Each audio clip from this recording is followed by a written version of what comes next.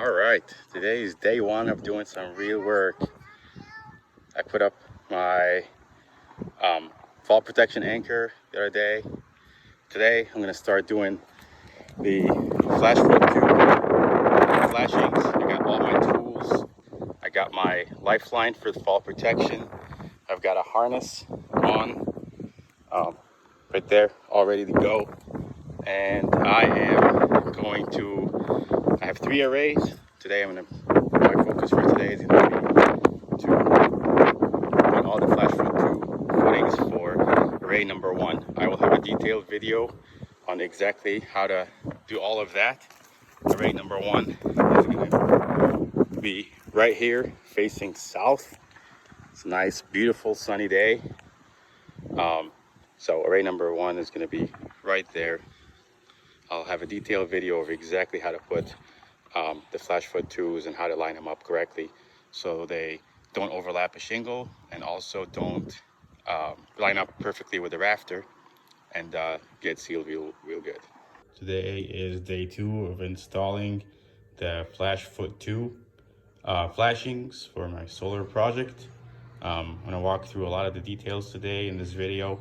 The goal of today is to show you the planning and the installation of those flash foot tube and some of the pitfalls you can fall into if you miss a certain step or do something not quite right.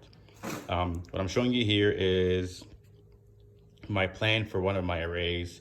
I have 3 arrays in this project. This array is going to have 8 panels, as you can see, and this shows where I plan on placing the flash foot tube flashing. So I got 2 14 feet tracks. So that's the standard Iron Ridge XR100 racks. They're 14 feet. In my case, in this array, I'm installing them as is, so I'm not going to be making any cuts. So what I have here is my plans for where I want to install the flashings. What you see down here is where I expect the rafters to be. 2 feet apart is what I have in my case. And here's my plan for where I'm going to put those. You see those little boxes? Those are where I want to put the flashings. The most important thing in doing this is determining exactly where the rail is going to go, and roughly actually where the flashing is going to be installed, where the bolt for the XR or the flash foot tube is gonna go. So you have to make sure that the installation, the bolts for the flash foot tubes are exactly on the same line. And if they are on the same line, then you can guarantee that the rack is gonna basically get installed, the rail is gonna get installed right onto the flashing. Okay, so I'm up on the roof, same plans. Here's the roof structure. Here's where I'm gonna be installing this plane. So it's gonna go kind of like this over to here. So the first step is gonna be to see that 40-inch spot at the very lower left and see if the flashing is gonna line up with the shingle. I have architectural shingles. So the way the flashing is supposed to go, here's the flashing. Flashing has to go above the shingle. You don't want it to install like this. It'd be a bad deal. You want it to be lined up like that. So I'm gonna see if that 40-inch line where the bolt's gonna get screwed in allows me to have the flashing to be above the shingle line like this. So if that doesn't work out, then I have to make adjustments. Every panel has a range where you want to secure the panel onto the rail. So in my case, my range is 12 to 19 inches from the panel edges. I'll be installing them in portrait mode, basically top down vertically. So in my case, I want the rail to be between 12 and 19 inches from the edge of the panel. So 12, 19 inches from the edge of the panel.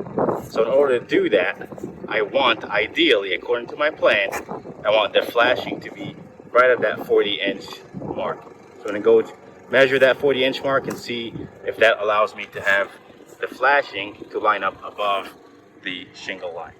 So I'm going to go do that, and then I'll come back and show you what's going on. Here's the tape measure from the edge, going all the way. Here is my 40 inches from the edge that I had planned.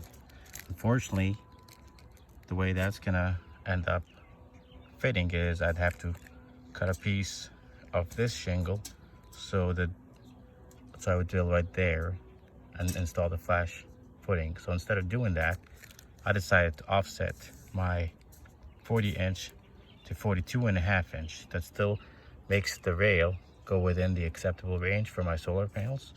So 42.5 is what I ended up drilling. So did a chalk line. Here's an installed flash foot 2. Here is the chalk line at 42.5 inches. Drilled right there and had the line go all the way through and made my installation. So went back to my plan. I had to make offsets so none of we don't want the flashing to go over the edge of the shingle. So made the offset. Here is my plan. Originally it was 40 inches from the edge, became 42.5, 87, 87.5, and so on. Once I made the measurements and laid it out on the roof, it turned out that the right measurements are off from what I had originally planned. That way, none of the shingles end up overlapping, none of the flash footings end up overlapping the shingle itself.